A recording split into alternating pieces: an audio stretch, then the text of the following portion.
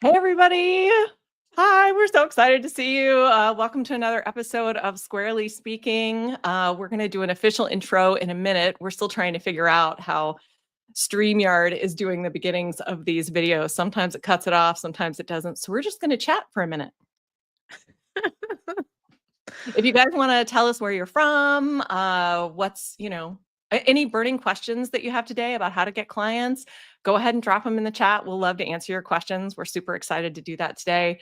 We've got a bunch of questions already submitted, and we actually have like a little talk that we're going to do first, just to kind of ground you guys in how we get clients and what the process has been like for us. That could be interesting. I don't know. Yeah. Maybe. Right. Yeah. Maybe not. We think so. Okay, so we've been live long enough now. Are you ready for like the official? Yep, sure, go for it. Okay, now that the sirens are coming, we're going to see how good my mic really is. Hi, everybody. Welcome to another episode of the Squarely Speaking podcast. I'm Diane Whidden. And I'm Katelyn Deacle. And thank you so much for joining us today. We're so excited about this episode where we're going to talk about how to get more clients. In this podcast, we generally talk about the business of web design in general. This one is going to be really focused on how to grow it with more clients and with better clients. Yeah. So let's jump in. Anything you want to start with, Katelyn? Because I kind of have like a little spiel I can start with. Nope, no thoughts. Go ahead. No thoughts. Okay. So we wanted to frame this a little bit in terms of how to get clients when you first start out, and then how to get clients once you kind of start rolling, and then how to get clients when you start to get bigger, and what kind of delineates those three different things, because they're all very, very different.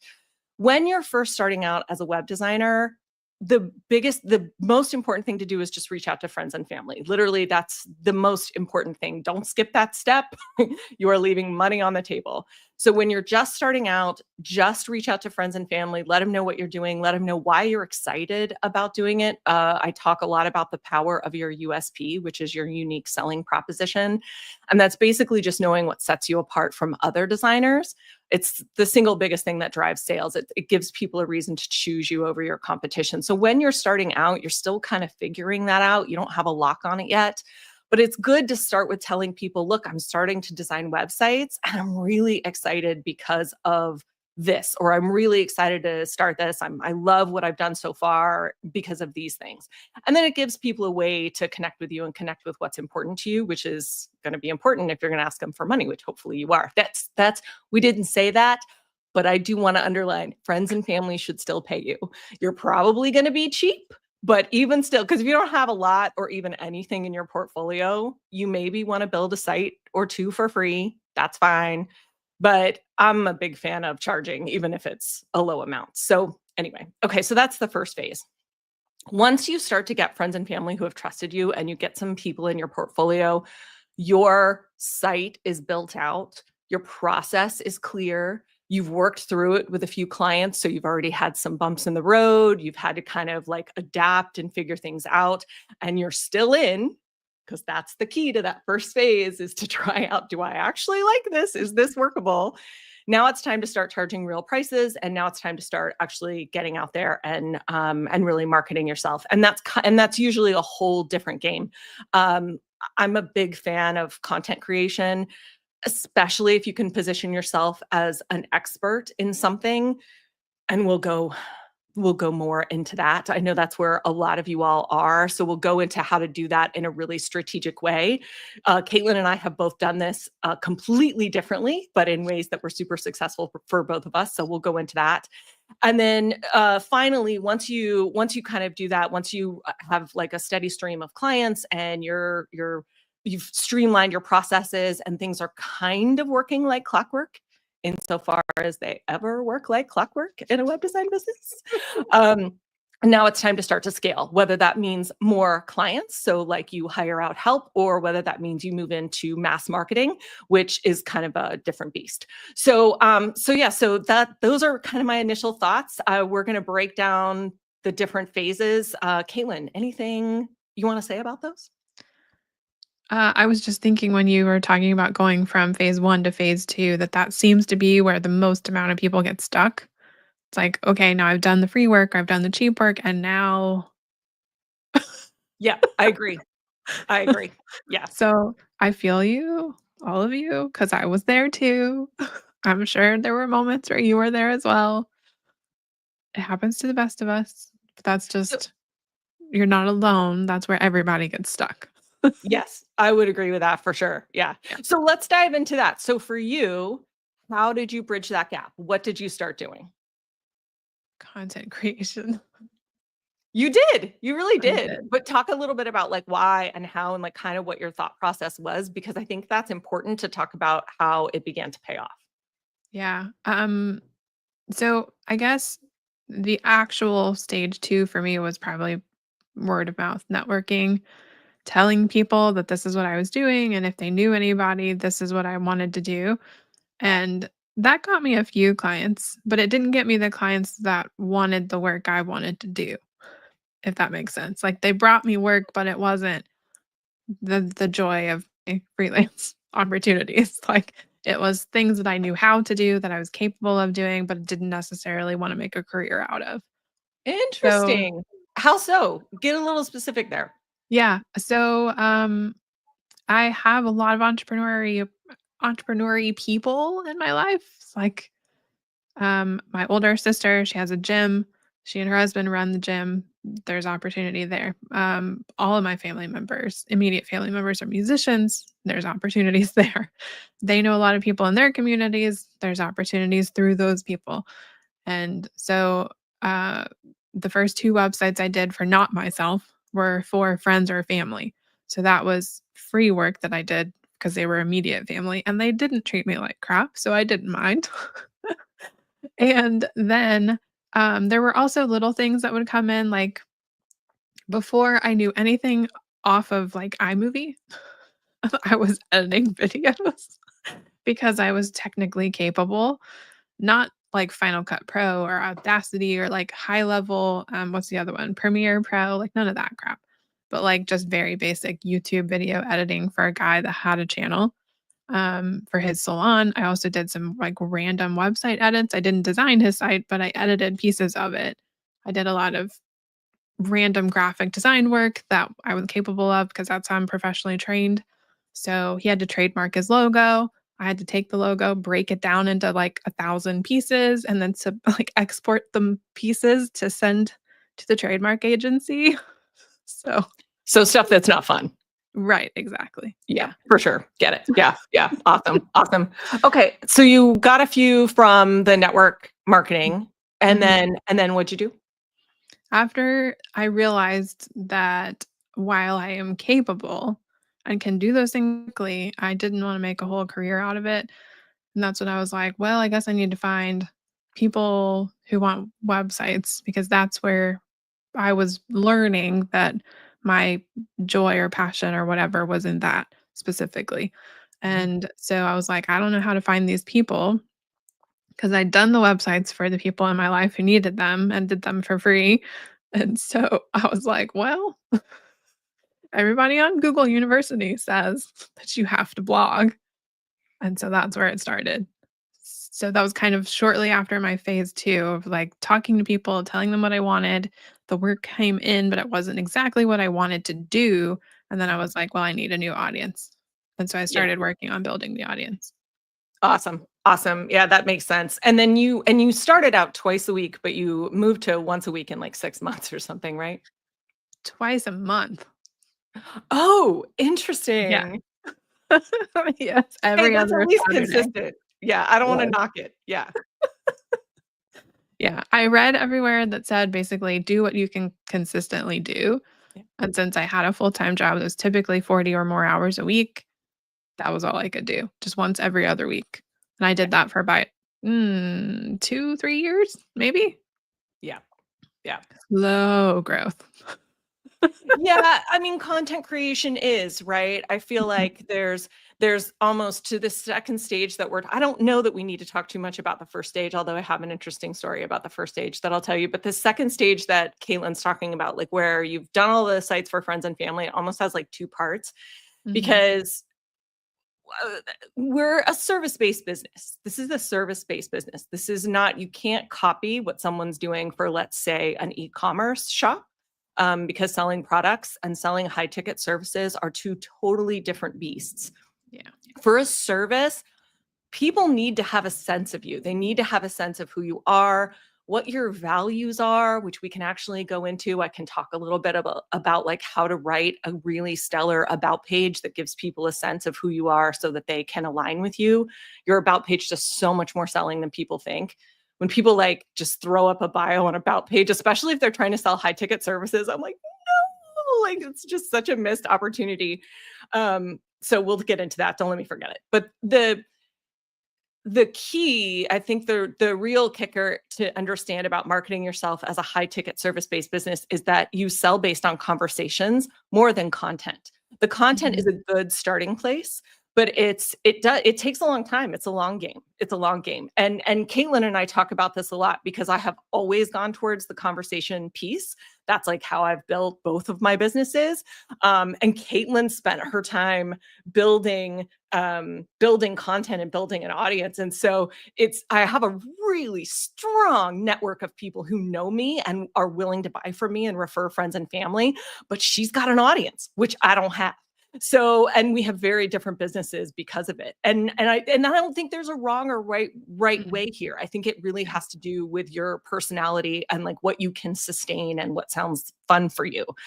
But I'll talk a little bit about mine too. So since we heard Caitlin's story, so when I started going to. So I mean, I started an eon ago before Google had localized search results, and so when I started building websites, it was for writers, and you know, writers never want to get on the phone. Writers never like. They never want to bother you. They just want to, and if you write them a 10-page email, they'll read it. They're all excited about, and they'll write you one back. And so it was just my happy place. And I did that for a few years, and I hacked SEO and did all the kinds of things. And back then, you could hack SEO in like 6 weeks, and I was number one on. If you Googled website design for authors, it was like me and this other chick, like all over the country and a lot of the world. I had clients all over. It was a whole thing. But that was those days. It's different now. um, Once Google localized search results so that if somebody Googled web design for authors, but they were in Boise, Idaho, they would get a web designer in Boise, Idaho, even if they didn't build websites for authors. So I started getting in, instead of just getting in authors and writers, I started getting in all kinds of small businesses. And so it shifted, and I fell off Google search results like really quick.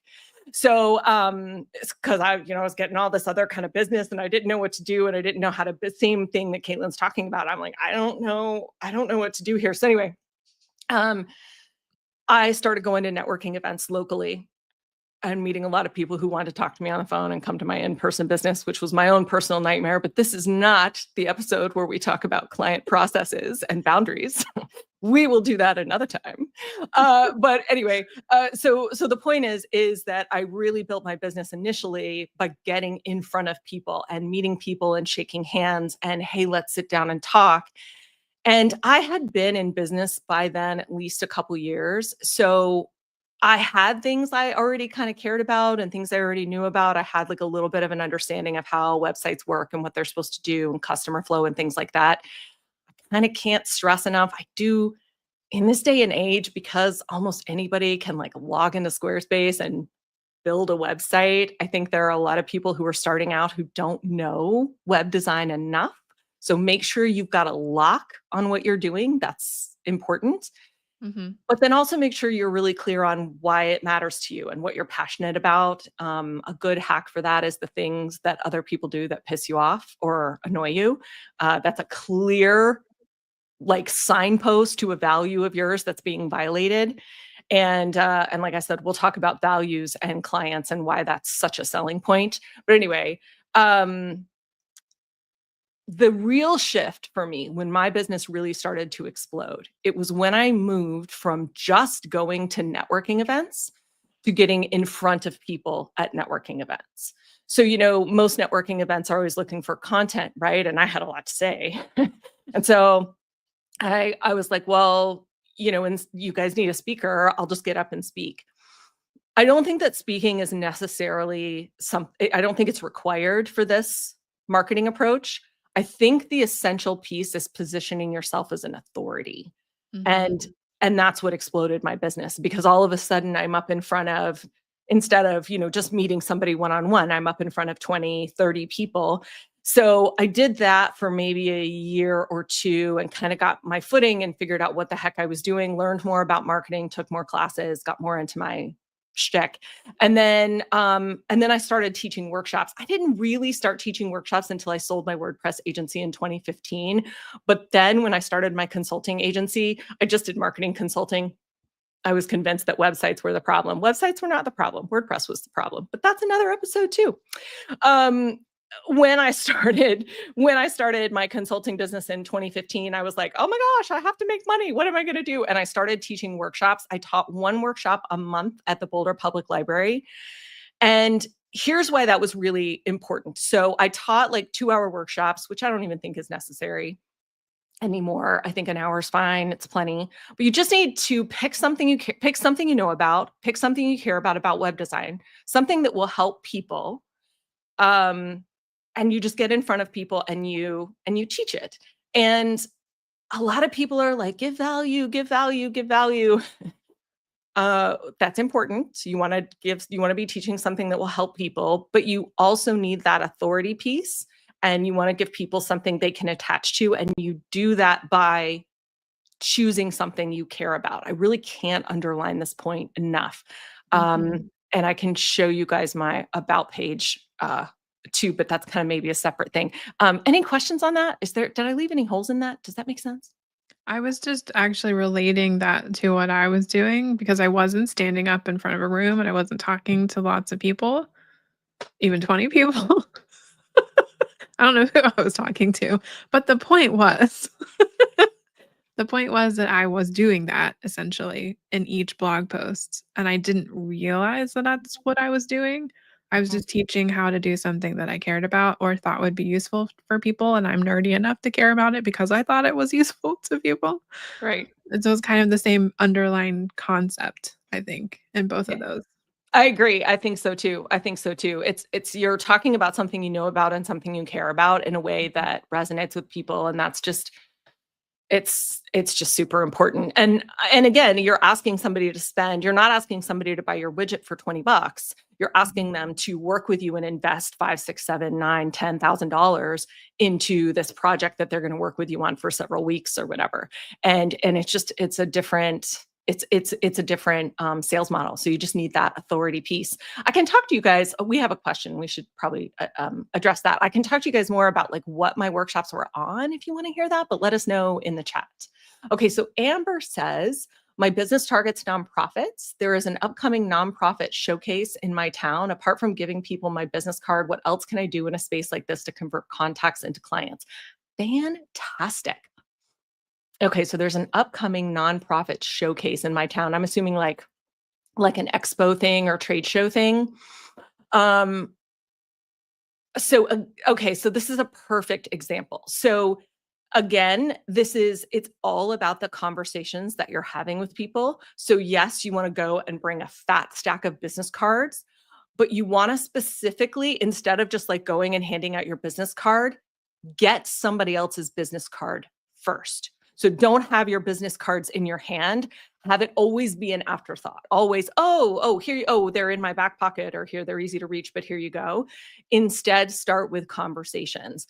And I mean, this is a little intense, but if it were me and if I were like really needing business, I would do some research into some local nonprofits that were in town, and I would look at who needs a good website. So I would kind of have like a target list of like who I wanted to speak to when I got out there, and I would look at who doesn't need a new website, and likewise. So you might want to prepare a little bit before you go, but the biggest thing is get yourself in front of people. What do you do? What is your website? How's your website working for you? What do you like about your website? What do you love about your website? What do you love about your online presence? And listen for anything that's website related. How's your marketing going? Are you guys on social media? And just get an idea for how much they're using their online presence, because you want people who need a better website, but you also do want people who value websites. Like Mhm. you don't necessarily want a client who like doesn't give a crap about their website, because they're not going to be great to work with and they're not going to value your service. And So also, arguably, they're not gonna pay for it either if they don't value it. You're gonna have right, to convince them, and that's not a conversation you want to have. right, right. So that would just be my approach is just start conversations and again, spend some time if you're not clear already, Amber, spend some time thinking about what you really, really care about web design so that you know what makes you excellent at what you do. And you can talk about that too. And you can say, well, look, like what I really bring and what I really offer are these things, and this is what I'm really amazing at. And if it works, what's the rule about a sales conversation? Be curious and unattached. Like those are Mhm. the 2 things you always wanna bring. So what's going on with you? How do you like your website?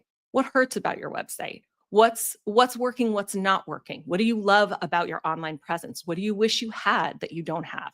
Like really, really curious because you're not trying to sell everyone you meet. You're only trying to sell the people that want the thing you provide, which is your USP. Like your best clients. Mhm. And so being curious is great. And then if they're like, and you stay unattached because maybe they're not the right person for you. Oh, you need a WordPress designer, or oh, you need somebody who is willing to charge peanuts, or whatever. So anyway, more thoughts on that, Caitlin and Amber. Let us know if we answered your question or gave you stuff that was helpful. No, I think that's a good conversation to have in general with people. When you're like, be curious about them and don't just be waiting to say something about yourself.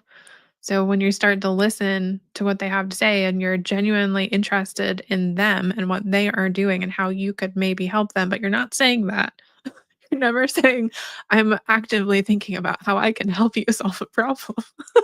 I mean, I don't know. That's not bad. I'm thinking. I'm trying to figure out if I can actually be of use to you. Like, is this symbiotic or not? I don't know.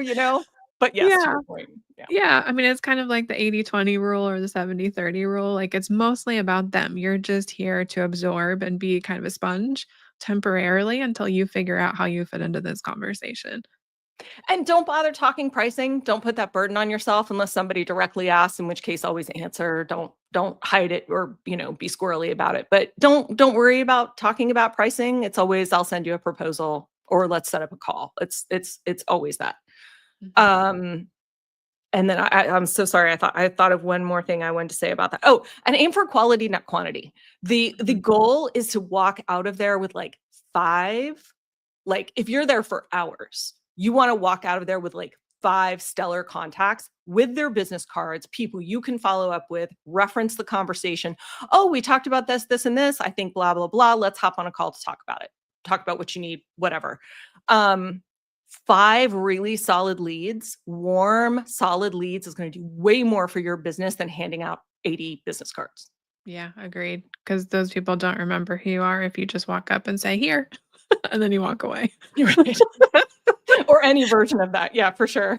Yeah. And Walt's Boulder Public Library, great space, no parking. That was so true. I started teaching these 3-hour workshops the same summer that the Boulder Public Library limited their parking to 2 hours. Great timing. It was so stupid. So we had to break halfway through so everybody could go out and move their cars. I was like, oh no, it was terrible. Anyway, that was all my stuff. But yeah, yeah, Diane's workshops were great. Yeah, Walt was at a ton of them, and then she'd dive into someone's website on the fly. Yeah, that was really fun. It was fun to actually look at people's stuff. We're willing to do that too, by the way. If anybody has, Caitlin and I are both really Yeah, happy to check out your stuff online if you want us to. yeah. Um, and Amber says, "Thank you, great advice." Yeah, yeah, yeah. Let us know if you need anything else. Okay, so more thoughts? More thoughts on that? No, but I am a little curious. If you give them a business card during this event, what is the one thing that is most important for you to have on that business card? What do you want Ooh, the person to do? oh, that's an excellent question. Um, because I'm getting ready to go to a big event like this where I'm going to walk around and hand out a bunch of business cards. So Amber, I'm with you. I'm going to be doing the same thing. Um, what do I want them to do? I don't want them to do anything. I don't care. Well, you have your website on it, right? Right. Yeah. So is Yeah. it just your homepage or does it go directly to about, services, contact? What's the first point? So mine is a little weird. So mine's two-sided, and on one side I have my pick and like the main homepage of my website. I do have a Google Voice phone number on there. Um that I almost never check, but it's on there. I do get alerts if somebody happens to call me. No, I don't get a ton of phone calls, but it makes people like feel at ease. And if it's a Google Voice number, I don't care if people have it, it's fine. Um, but then the other side is AI photo shoots. So like the goal for that, and I linked to that page with a QR code. I Mhm, will say this: it does work if you have a really compelling freebie. It can be a great idea to have the backside of your business card be a freebie that is a QR code that leads to that freebie. So if you think people will be interested in downloading it, that's not a bad idea. And another good idea is there are a lot of people who don't like paper cards. It depends. Everybody's so weird. Some people are like paper all day long, and some people are like, don't give me anything I have to just throw away. So a good idea is to also put your business card on your phone. So save it as your lock screen, especially for an event like this. Create a mhm. digital, like an e-card, and put your contact information. Should we go into like actually how to do this on this call?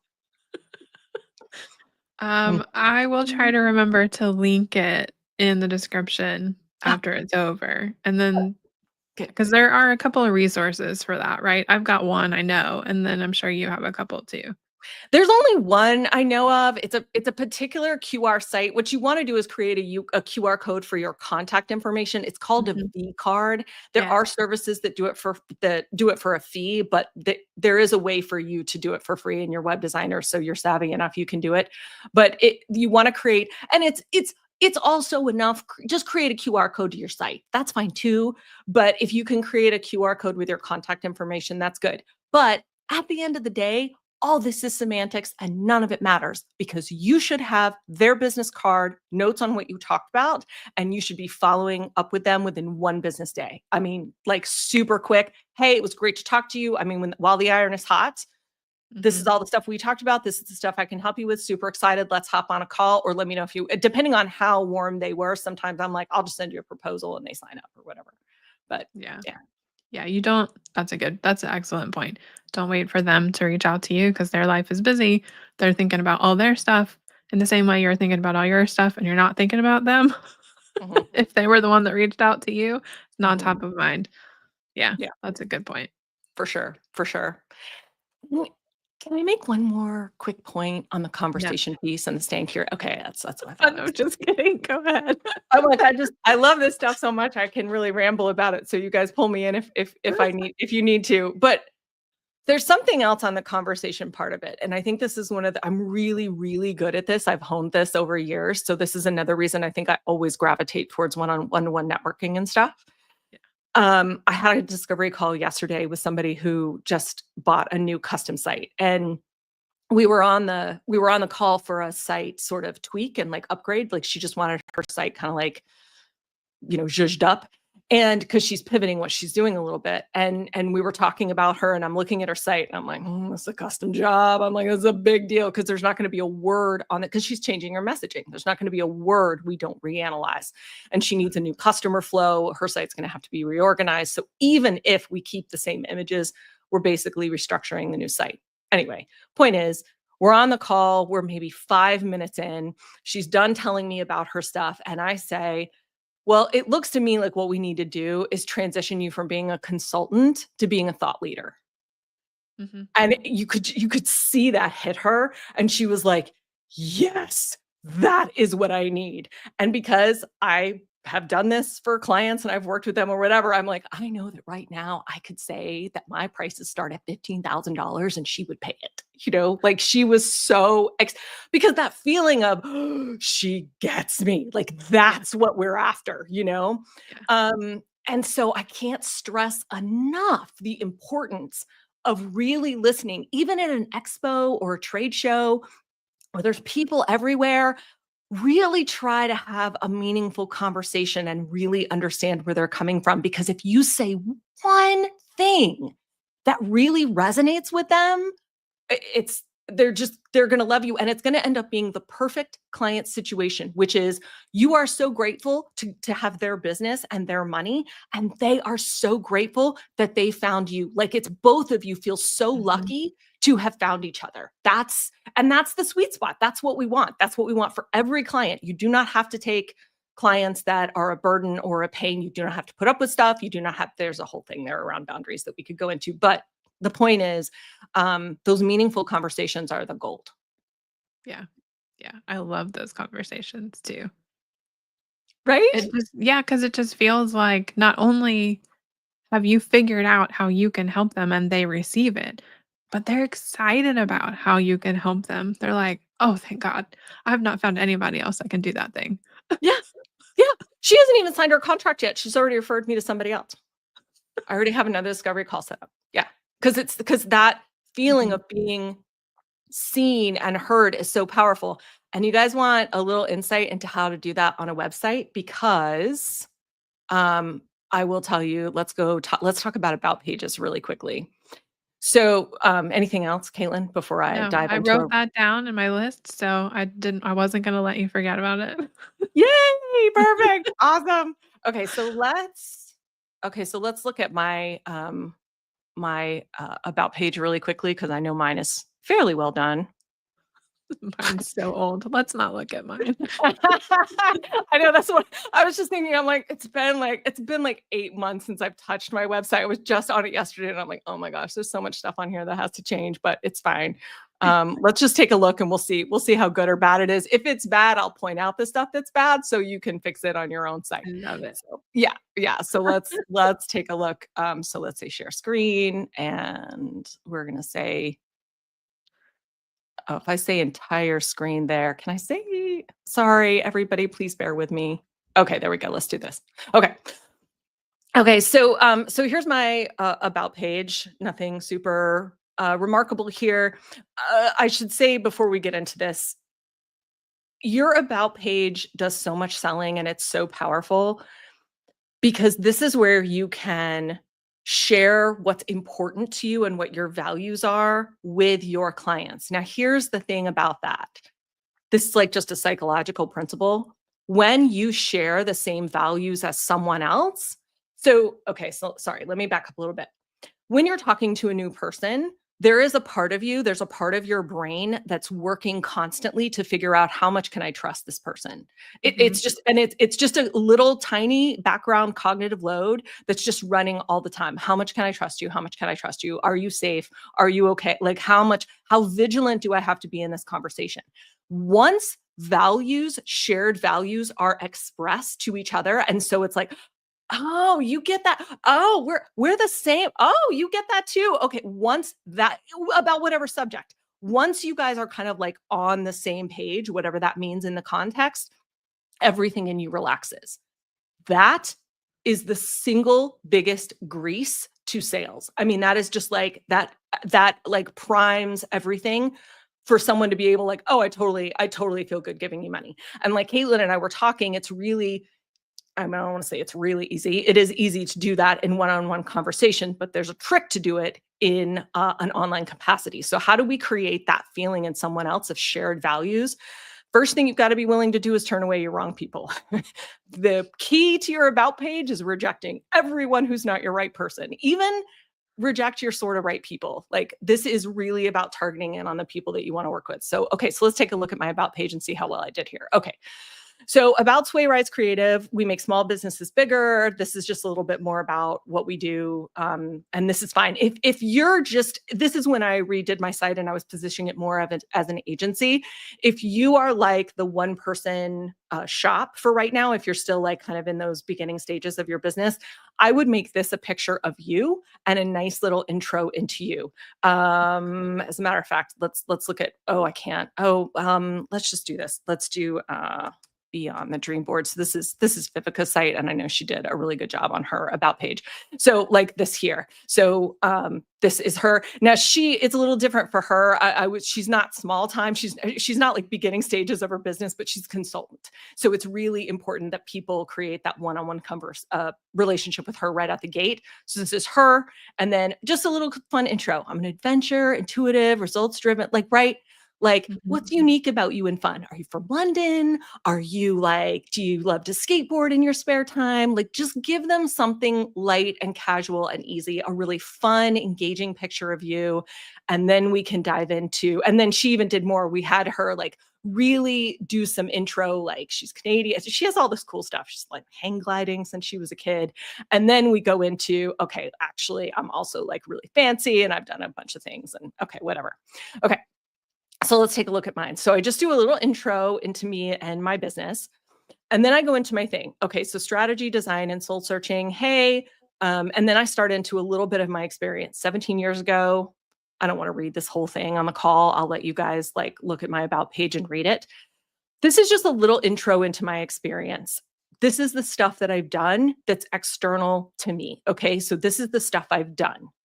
Now, from this that I've done, this is what I've learned. So there's an easy transition. I've done this stuff, and this is what it's taught me. And I've got some things in bold here. It's not the people who are successful. It's not what you think. It was simply having a website that aligned with their brand and had the right system in place for their businesses. That's it. Just those two things. So a website that looks like them, that they're proud of, and that had the systems that could grow their business. So, and then I go into a little more detail on that, which isn't super necessary, but I just had more I wanted to say. So your website needs to align. You should be proud of it, and it should be working for you. It should be an employee. Okay. And then we tie that back. So this is my experience. This is what I've learned. And that's why I do what I do. So I'm taking them on this journey of like, this is why I'm qualified. And I do it with storytelling, not with a resume. I do it with this is what we do for our clients. Now, the thing is, if you do this well, it should tie back to the main promise you make on your banner and the benefits that you list in your second stack panel or section. But like this, so websites that make your business the obvious choice. That's my promise. That's my promise to every client. Like I'm going to make your business. I'm going to get you results. And then I go into a little bit more of, again, right? This is right off of my about page. You need a site that beautifully represents your brand and has the right systems in place to grow your business.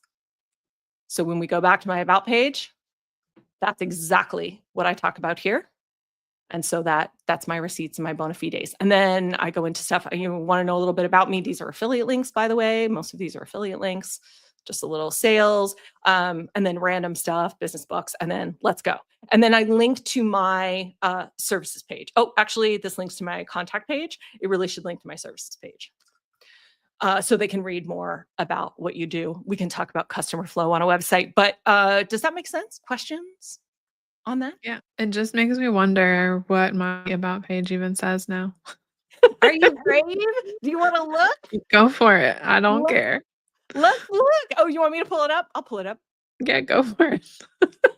She's so brave. Look at us. Look what we're doing. It hasn't been edited in a very long time, so we'll see. I love it. That's awesome. And I'll see too, it's such a good point. Like if the thing, well, let's look at Katelyn's because I bet this is Katelyn's because Katelyn's message is different than mine. Share screen. Okay. Okay, awesome. Okay, so we've got oh, by the way, web designers, if you have not filled out our survey, Katelyn and I, so just a little plug, sorry. So this episode is sponsored by Launch the Damn Thing and Sway Rise Creative's new financial trend survey. Please it only takes like 7 minutes. We're trying to get as many responses as we can just to get some really good data on the economy, how people feel about their prices, how people feel about increasing prices of software and everything else. So we'll have buttons below and all that stuff, but please fill that out. Okay, so let's go to about Katelyn. Okay. Oh, no. Okay, so first, professional website doesn't have to be boring. It's time to break out from the vanilla bullshit. Yay, YouTube. We're just good. This is how we talk. And show up on your website as your true self so you can find an audience that gets and loves you. Nice promise. Not who you thought you should be as a business owner. Okay, cool. So and then we've got a scene in and then her template shop. Okay, so let's see how well she delivers on that promise. This is pretty. This looks new. Get to know Katelyn, educator. Okay, great. So little intro, nice. Okay, so right off the bat, super fun, engaging picture with Katelyn. And some of this background stuff, right? Like just some of this, I'm a laid back, laugh happy. I mean, this is her main bio that she uses on things, but it's so, see how it's so personable. And this is really engaging and draws you in. This is so much better than starting out with, I've been building websites for 5 years and I'm fancy because of these reasons. Like, don't do that. Okay, story time. Oh my God. Basically, 9 to 5's never truly worked for me. I excelled. Okay, yeah, I knew I could do more and be more right off her homepage. Okay, by not building someone else's dream and doing things, and this is exactly what I'm talking about. Beautifully done, right? This is exactly it. So she's showing you right now why she is qualified to deliver on the promise that she made on the homepage. Right. And so now this is what I talk about when I talk about creating a cohesive customer flow, because now if I'm on this site and I'm looking for a web designer, my experience of Katelyn is consistent and congruent, and that builds trust. Right. And if I personally have felt like I have also struggled with building someone else's dream and doing things the way I want to build my own website. I want to look how I want it to look. I'm not going to listen to my mom telling me I should have polka dots on my website. I don't like polka dots, whatever it is, right? Like they identify with this. It's that shared values. And they're going to be like, oh my gosh, I totally want to work with you. Okay. And again, biz cred, but it's lower. It's lower down on the page. You might have seen me in, look how fancy I am. Brand new businesses like you, I started from the ground up. Oh, nice, nice, nice, nice. Oh, how much fun. So now what I expect, and this is how, that's how she's promoting her template shop. Oh, gonna steal this. Yes, yes, yes, yes. Good, good, good. And again, so let's talk about why she's done this, right? This is part of, somebody told the internet a couple years ago that you should only have one call to action per page, which is incorrect. You should only have one call to action on a sales page. That's true. If you're trying to sell something and like on your services page, your only calls to action should be for your contact page, obviously. Yeah. Well, that's not, you know what? I can't even say that for individual service pages, because for a main services page, you may link to other, there's all the caveats. Anyway, the point is, on Katelyn's site here, right here, she's promoting to everyone. Hey, by the way, you're just getting started. You don't need to stay on here and keep reading, because because by now you're only going to give me like a few $100. You're probably sold. You don't need to read any more about me. You're probably in. Go ahead and buy my template right now. So it's like using this page as like a roundabout. So anybody who's like buying a template, like go. Established entrepreneurs. Okay, now I have more advice for you. Read more about my services, which is where your about page should really go. And then, social proof. Look at all the other smart people who've chosen Katelyn. And then more deets, more stuff she's learned. Yeah. And then my favorite courses. Yeah. Perfect. Yeah. Look at you. Great job. Nothing. Maybe that's why I haven't edited it in a while. Yeah. I was going to say, I feel like that works. Good job.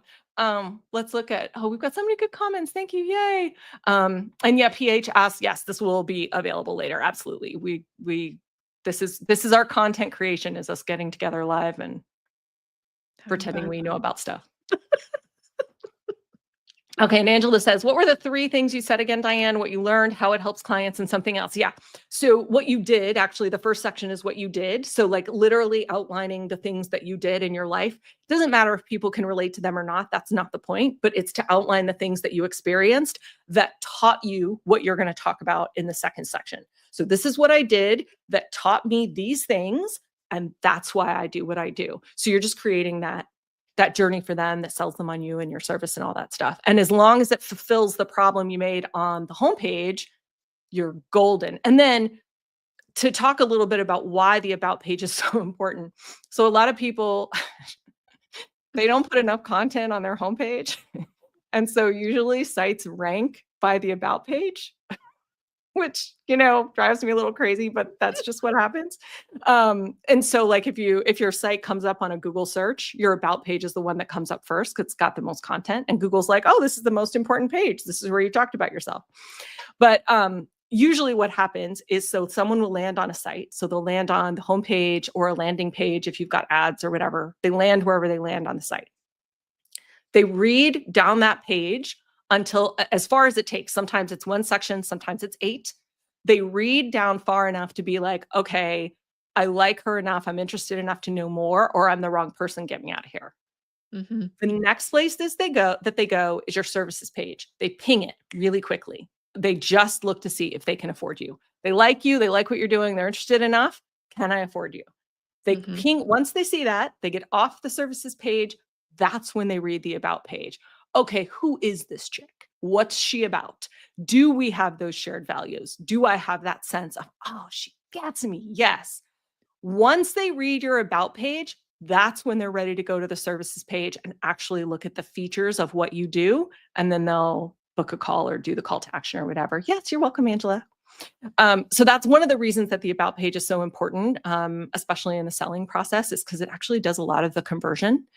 I think I'm done talking about that. Anything else? I was just thinking that's probably the behavior of all of us. So the next time you're looking for something, you, the audience, you are looking for, I don't know, a contractor, you're looking for a house cleaner, you're looking like any service that you would normally pay for.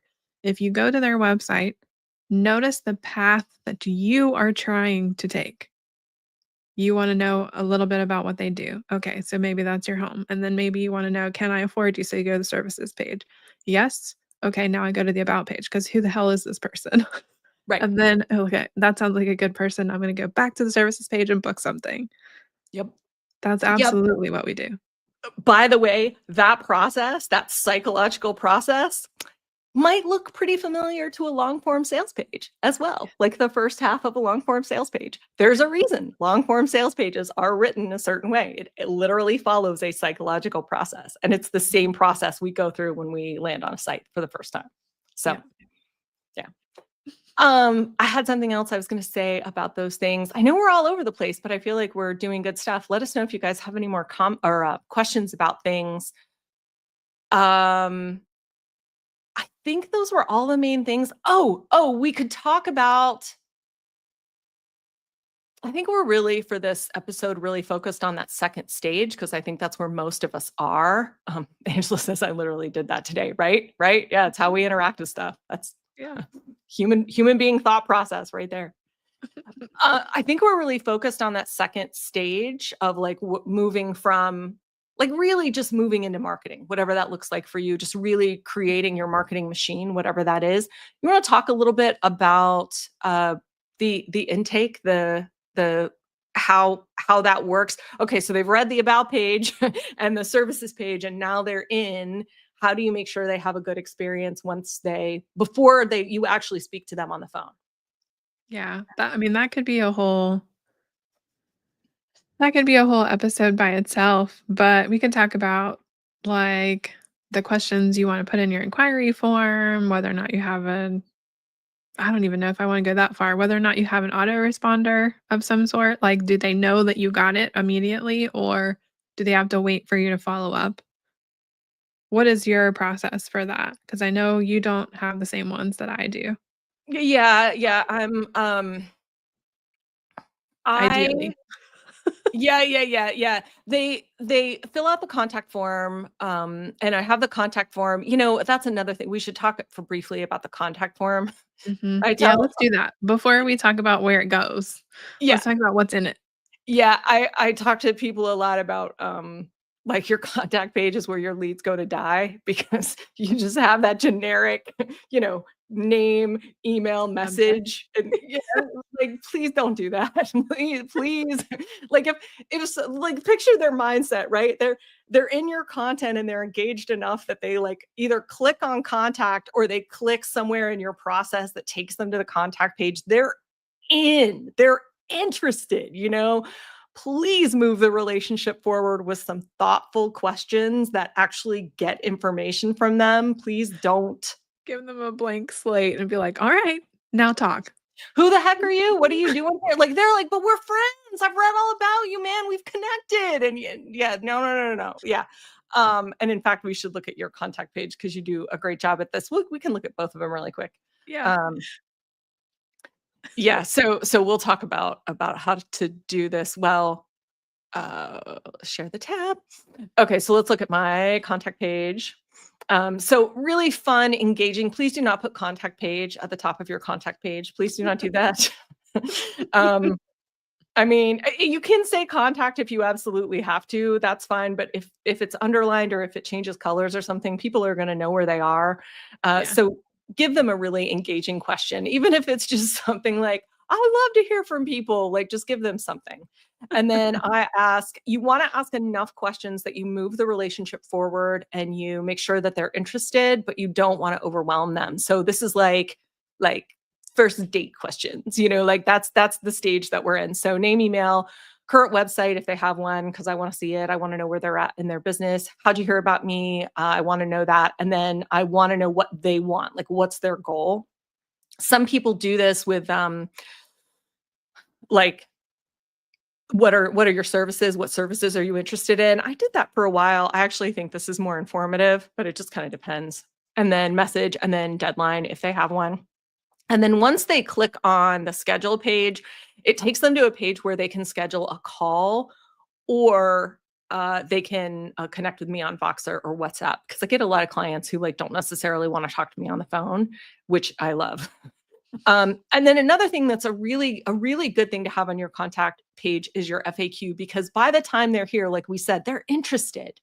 So, now it's FAQ time, answer their questions, let them know how it works, because right now you have them. They're as interested as they're ever going to be. Like, take advantage of it. And then always a good idea to finish with some social proof. This is like the best testimonial I've ever gotten. Like, Cynthia made me sound like I was a savant. She's amazing. And then don't lose another lead or miss another sales, just an invitation. Like, if they get here and they're a little intimidated, oh, I don't know, maybe I'm not ready for this. She sounds fancy. I don't know. Let's at least try and capture the email address. So just general rule of thumb there, you want to have lower risk calls to action as you move down the page. But let's look at Katelyn's, because Katelyn's is a work of art. I want to take bets on whether or not it actually says contact me or something. I'm pretty sure it does. That's amazing. Where do I go? And you're gonna have to go to the footer because I took it out of my header. Okay, so we're gonna so don't do what Katelyn does.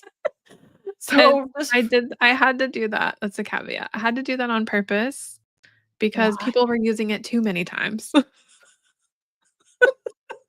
So I don't care. the work together button goes to the form. It bypasses the contact page specifically. Oh, does it? Oh, interesting. Yeah. Okay, it opens up the form. Okay, you guys can't see that, but okay. Okay, let's chat. Okay, great. Yeah. And again, super engaging photo of Katelyn. Really great ideas to put a picture of you on your contact page. This is interesting. You introduced yourself again on the contact page. How come? Just to say like where I'm designing from because I work with people internationally. Oh, And yeah, so yeah, yeah. they're often curious. And also my audience is pretty evenly split between people that want to learn how to do something from me and people who just want me to do it for them. Yeah, yeah, for sure. Yeah, that makes sense. I like that. That's very fun. Okay, cool. Office hours, send an email. Okay, office hours. This is interesting. You can expect a response. Skip to the questions. Yeah, this is so funny. Yeah, you're really trying to filter people. You're really trying to, the roundabout thing we were talking about earlier. Yes, I am. Are you interested? This is the last thing in this section. Are you interested in working together? Let's not. Please don't. Leave me alone. I have more videos I have to edit in YouTube. Please go away. I'm just saying. I mean. That's amazing. Okay. If you're interested in working together, please note I generally did not respond. Yeah. Okay. Okay, so this is the best. This is just the best. Again, how we talked about sharing values, like and how Katelyn says like her web designs are personality packed. I mean, this is just the best. So first name, last name, website. I mean, it's a perfect example of how to move a relationship forward with a contact form. Spill. What are you hoping to achieve with your website? Or if you're reaching out for another reason, let me know here. Tell me. What do you want to work? Why do you want to work with Launch the Damn Thing? Or if you're reaching out, because I love your vibe and your business name is genius. I mean, yeah, right. Like just so good. Not my What words, by the way. Those came from other people who actually said that in the contact form. That's beautiful. Oh my God. That's amazing. Okay. And so what are you most interested in? And how did you find me? Okay. So where is the Bob Ross? I'm missing the Bob Ross fill in. It Didn't you may used to have be that as name? I did. It may be gone because this is the system that is separating people into a wait list or not. Oh, right, right, right. Yeah, she used to have that as the fill-in. So like where it says tell me and because I love you. What is this called? Not the fill-in. What's it called? Prompt The text or placeholder, I think. placeholder text? Is Yeah. that um Mhm. so anyway, very fun. And then she has an FAQ too here and then footer. Yeah. Yeah, yeah, yeah. Yeah. So that's funny. Um yeah. Yeah, yeah, yeah. So there's an example of like how to do a contact page really, really, really well. Okay, any more questions on that stuff? I feel like so we're nearing 2. Um, I feel like this was pretty good and pretty packed with information. Do you wanna dive into anything else in our last few minutes here? Mm, Anything we missed? Let us know if you guys have any questions, like if there's anything specific we didn't go over, if there's anything you want us to look at. Um, sometimes we go over, but Katelyn and I are both sometimes we've talked about doing these as 90-minute podcasts, but this one's gonna be an hour because we're both swamped today. Um, so let us know if there's any other questions you have. Those are the bulk of things that I wanted to talk about today. We could always do another thing where we talk about what to do as you get bigger in your business, but I think mastering these skills, how to talk to people, how to have those conversations, making sure that your site is built to support those conversations. mhm. I think that's and then getting content out in the world. The same rules apply to content, like we were talking about with Caitlin, like positioning yourself as an authority and talking about the things you care about. There's just no substitute for that. Yeah, and it's important to note too that my contact form did not look like that until literally this year. Oh, really? Oh, how funny. Yeah, it was the Bob Ross version where it was like, "What's your website? happylittleclouds.com," or hi@bobross.com or whatever it was. All of that service related stuff. That was what it used to say. So I had 5 to 10 questions in it, and I wanted to know, are they service or product-based business? Do they already Mhm. have a website? Which service are they interested the normal questions, like what Yeah, you have on yours. yeah, The only reason it's different now is because people were spamming me because of my traffic levels. yeah, So, yeah, yeah. The spam is an is issue real. Yeah. for sure. Yeah, the spam is real for sure. Yeah. And yes, so Angela said, can you take a look at something? We're so happy to. She's currently redesigning her site, so she has a placeholder page right now. Can you send us a link with can because we just need a way to pull it up, but we're totally happy to look at it. Yeah, totally. Yeah, yeah. Um, and we're gonna have dead air while we wait for that. No, we're not because I'm going to laugh weirdly in between. Oh, see, it's perfect. It's perfect. It's perfect. Um, yeah, so let's talk about when are we doing this again? So we're gonna do this again at least in a month. We've even talked about doing one in a couple weeks. Would you guys like to see one of these on AI? Caitlin and I have recently fallen in love with Claude. We're having like a whole thing with Claude. Oh, So I was doing fun things with Claude yesterday. really? Yeah, so we were gonna do an episode on AI and, like, showing you guys how we use it for content and clients and stuff. Would you guys let us know if you would be interested in that? And then we have another one, speaking of AI, our next, scheduled one is with the founder of Known. Mhm. Neil Mann, I think is his I forget his last name, but yes, one of the co-founders. And it's a really powerful tool as well, for content creation and stuff. It actually looks at your analytics and sees how well things are performing before it gives It's bam. suggestions. It's like a miracle, yeah. And Peachy Breeze is going to be stalking y'all about pages later. Yes, stalk our about pages. Please do. Yes, yes. Steal and copy whatever you want. Okay, so yeah, thank you guys all so much for joining us. This was great. We loved it. I would say, Angela, like, feel free to either come to the next one and like share whatever you want us to take a look at, or even send it to us on social media. Send it to me on social media. Caitlin's rarely there, and we might even do a little behind the scenes for you or something. You know, we could make a Loom video or something and post that. So Yeah. yeah, but this was fantastic. Thank you guys so much, and thanks for coming with such great questions. We love this stuff, and yeah, let us know if you what you want to hear about in the future. Sounds good. Awesome. All right, thanks everybody. We will see you guys in a couple